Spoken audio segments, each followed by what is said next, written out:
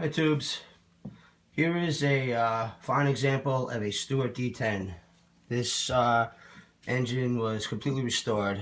When I received it in a collection I bought, I got an S50 mil and an H10 along with this, and they were all in pieces. This engine was missing the flywheel, all of the blue steel cladding for the cylinder heads were pitted and rusted. Steam chest covers were gone, as were all the hardware for it. Intake and exhaust manifolds were detached, no gaskets. Had to get a displacement lubricator for it.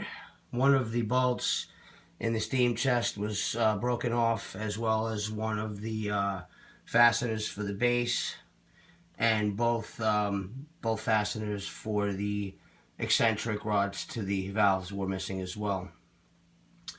I had to buy an entire new fastening kit for this, or fixing kit as they call it, as Stuart calls it, for this engine, as well as the flywheel. I had to find a proper displacement lubricator.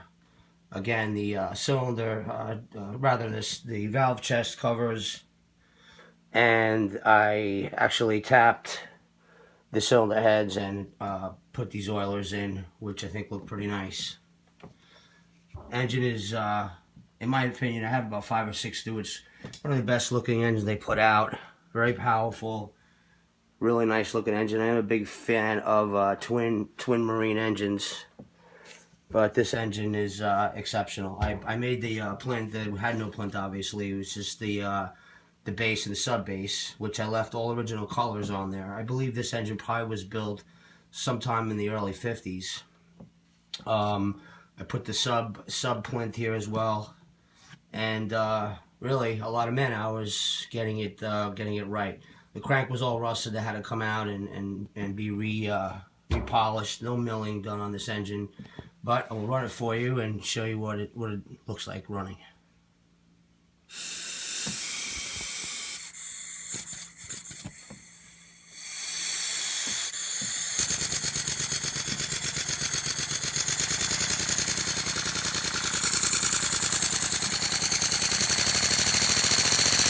This is at about 10 psi.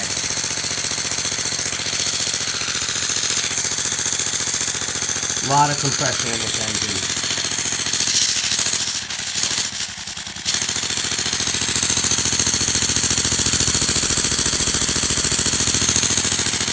It's up a little.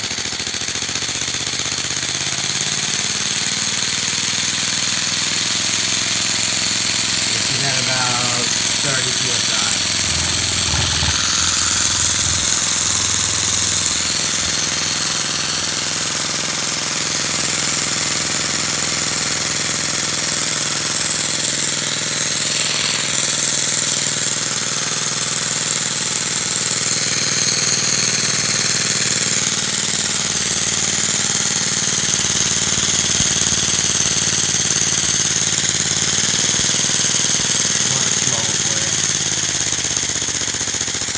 Love these engines, really nice, well made. I mean, Stuart's clearly up there is, in my opinion, one of the better engines made out there.